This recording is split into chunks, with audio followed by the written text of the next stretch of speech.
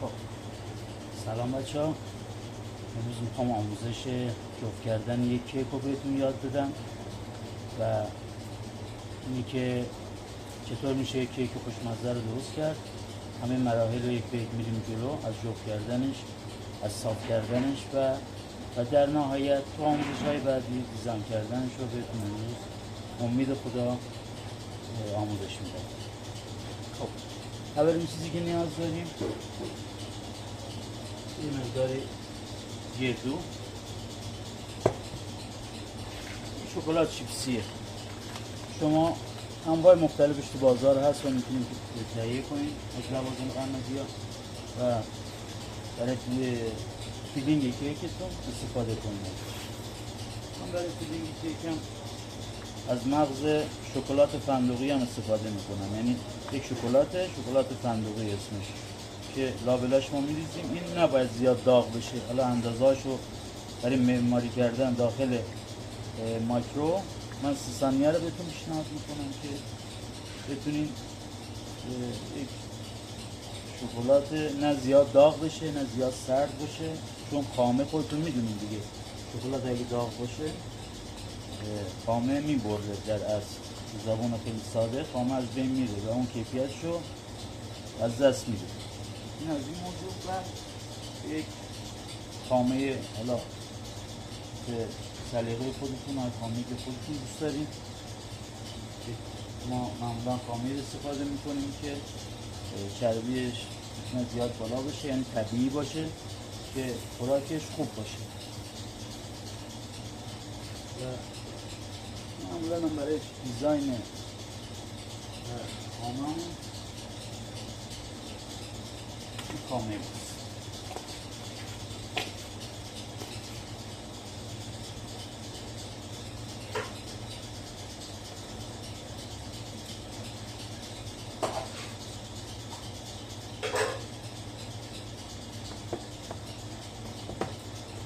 خامه ماست.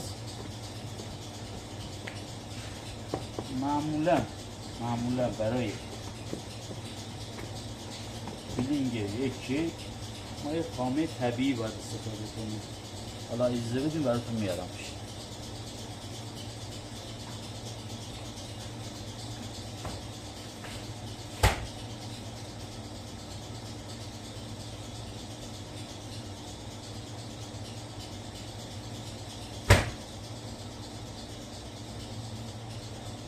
ما بهش میگیم خامه شیرین شده قنادی. این یک خامه شیرین شده قنادی. حالا شما داخل این میتونید آب شده نسکافه بریزید و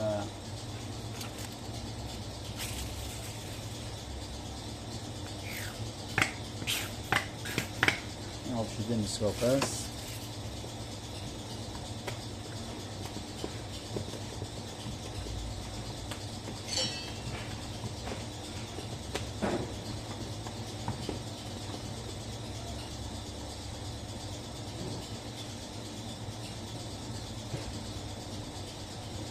پس شد خامه گردو، شکلات و شکلات چیپسی. این در سایزهای مختلف توی لوازم قرمزی پیدا میشه. خب حالا آموزش باز کردن برای کیک آموزش بدم. این حالا باز میشه. این لایه نازک هم باز کردم، از قبل تهیه کردم.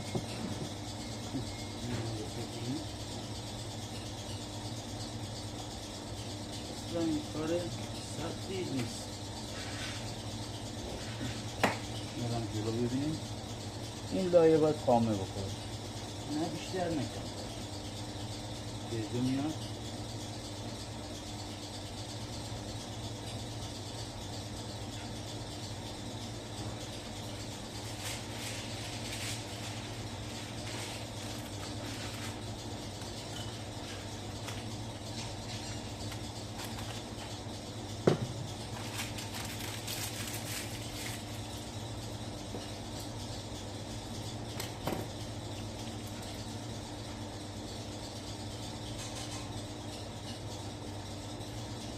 اینجا این که نازکتر میاد.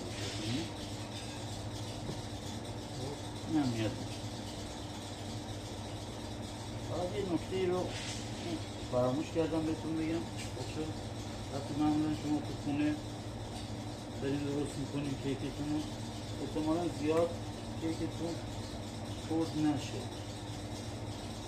از اون کیفیتی که توی قنادی صنعتی در میاد، یعنی به این نرمی در نیاد. میتونیم برای این از شیر هم استفاده کنیم. لا بلا شیر میزنی که آموزش باز میذارم براتون انشالله.